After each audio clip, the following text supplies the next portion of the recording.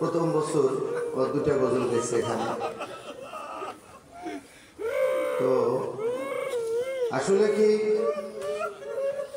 আমাদের ধরাটা মজবুত হচ্ছে না, যদি আমরা ধরতে পারি শক্ত করে মজবুতের সাথে, প্রত্যেকের দিলের ভিতরেই ইশকের আগুন জ্বলবেই জ্বলবে। ভুল পথে নাই তো আমরা, হ্যাঁ? শোনেন, হাসরের ময়দানে আল্লাহ সুবহানাহু ওয়া তাআলা প্রত্যেকটা মানুষকে ডাক দিবেন। আল্লাহর দরবারে যেতে হবে না, হাজিরা দিতে হবে না, কি বলেন, দিতে হবে না, হিসাব দেওয়া লাগবে না। আল্লাহ তাআলা ডাকবেন কেমনে? কুল্লু উনাসিন ইয়াউমা নাদউ কুল্লু উনাসিন বিইমামিহি। নেতার সাথে ডাক দেওয়া হবে। কার সাথে ডাক দেওয়া হবে?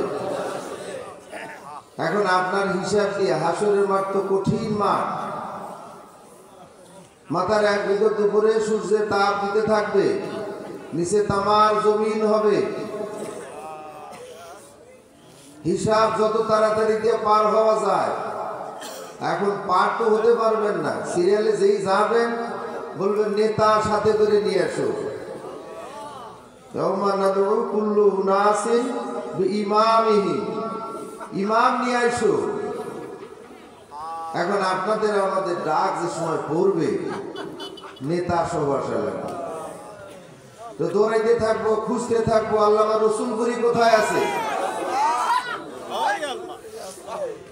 এখন গিয়ে তো বলবো হযরত আমার হিসাব হচ্ছে না তো আপনাকে ছাড়া, তো চলো। এখন উনি যাওয়ার পরে বলবে যে আল্লামা নেসারি যে আসছেও, ও নেসারি সাহেব তোমার নেতা কই? এখন ওনার নেতা হোসেন আহমদ মাদানী কি সাইয়েদ আব্দুল খালেক হোসাইনি রহমতুল্লাহি আলাইহি তালাশ করতে যাবে। আমাদের তো উপায় নাই, পিছিয়ে পিছিয়ে যাওয়া লাগবে।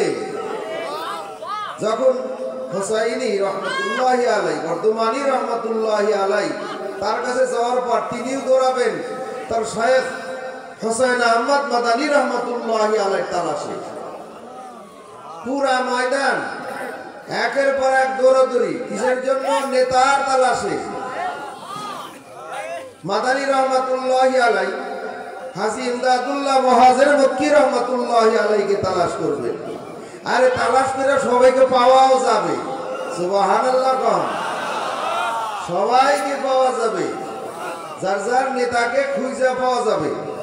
এইভাবে যাইতে যাইতে হাজী ইমদাদুল্লাহ মুহাজির মক্কি হইয়া, ওই যে সাইয়্যিদুত তায়েফ হাসান বসরি রহমাতুল্লাহি আলাইহি হইয়া, হযরত আলী কাররামুল্লাহু ওয়াজহু হইয়া, জনাবে মুহাম্মদুর রাসূলুল্লাহ সাল্লাল্লাহু আলাইহি ওয়াসাল্লামের পতাকা তলে গিয়া আশা করা যে আমরা একখানে দাঁড়াবো ইনশাআল্লাহ।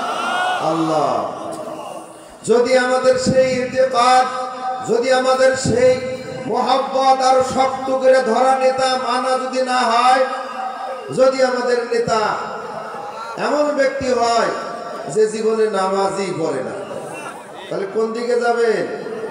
যে ওই নেতাটাই নিয়ে আসো। তো আলহামদুলিল্লাহ, ওই মাঝে মধ্যে আমরা এই ময়দানে বয়ান শুনতাম, মানুষ যেমন তেমন হই, বংশে কিন্তু ভালো। কি বলেন? আমরা কি বংশে ভালো? কারণ আমাদের আকাবের দিন, কালকে কিছুটা শুনছেন না যে আমাদেরকে অন্তত পক্ষে টাইনে টুইনা একটা অবস্থানে এনে দিছে। এই অবস্থানটা আমাদের ছিল না, এই অবস্থানটা সত্যি আমাদের ছিল না। কোথায় জন্ম তার? পিরোজপুর।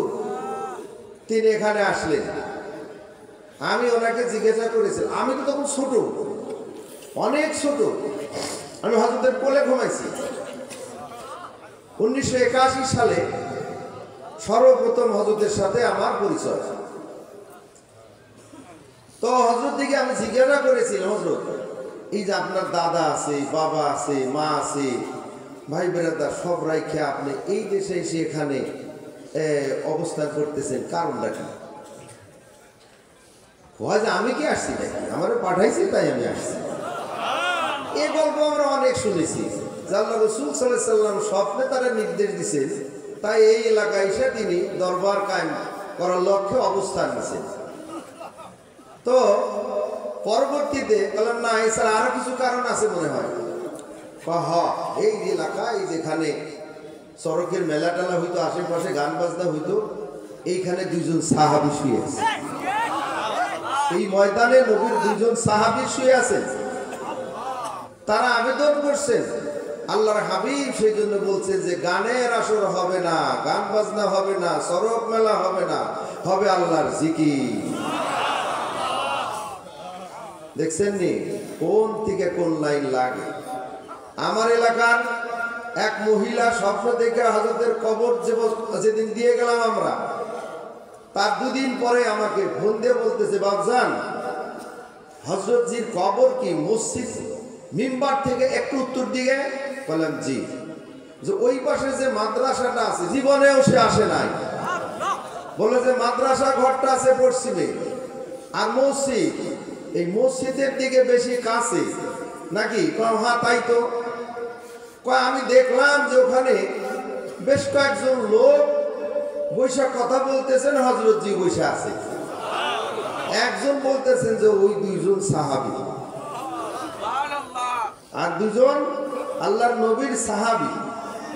তো আমার ওই সময় ফোনের মধ্যে হাল হইল, আমার তো এরকম লাফালাফি চিল্লাচিল্লি দেখছেন কোনদিন দেখেন না, কিন্তু ওই দিন আমার গড়াগড়ি শুরু হলো যে আল্লাহ, আমার রসুলপুরীর থেকে ছোট্টবেলায় শুনেছিলাম দুইজন সাহাবী এই ময়দানে শুইয়া, আর আজকে সেই মহিলা বলে স্বপ্নে তার দেখা কোন জায়গায় কবর তাও বলে দিতেছে, কোন পাশে দূরত্ব মাদ্রাসার থেকে এই দিকে বেশি, মসজিদ কাছে, মিম্বার থেকে একটু উত্তর দিকে, আবার ওখানে দুজন সাহাবী আছে বসে গল্প করতেছে। উনি বললেন যে খুব হাসি খুশি এদের গল্প, খুব আনন্দ উল্লাসে আছে। তো ভাইরা আমার, আমরা এই ময়দানে আইসা আমরা কেউ ঠকি নাই, শুধু আমাদের দরকার। এই দেখেন না, একজন টিউবওয়েল খিচা পানি দিতেছে আর আমরা পানি নেই। এখন আমার এই পানির কলসির মুখটা যদি টিউবওয়েলের মুখ বরাবর হয় তবেই তো আমার কলসিটা ভরবে, তা না হলে এদিক সেদিক হলে খাসনেওয়ালা ঠিকই খেসবে, কিন্তু কি কলসি ভরবে না।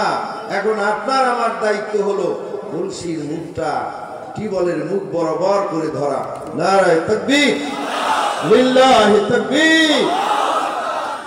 তো আলহামদুলিল্লাহ, যে যেখানে জায়গা পাই আমরা বসে পড়ি, আমাদের কলবের দরজাটা এরকম খুলে দিয়া, কলসিটা খুলে দিয়া, হৃদয় নামক কলসি মুখ বরাবর করে ধরে বসি। আল্লাহ আমাদের কবুল করে।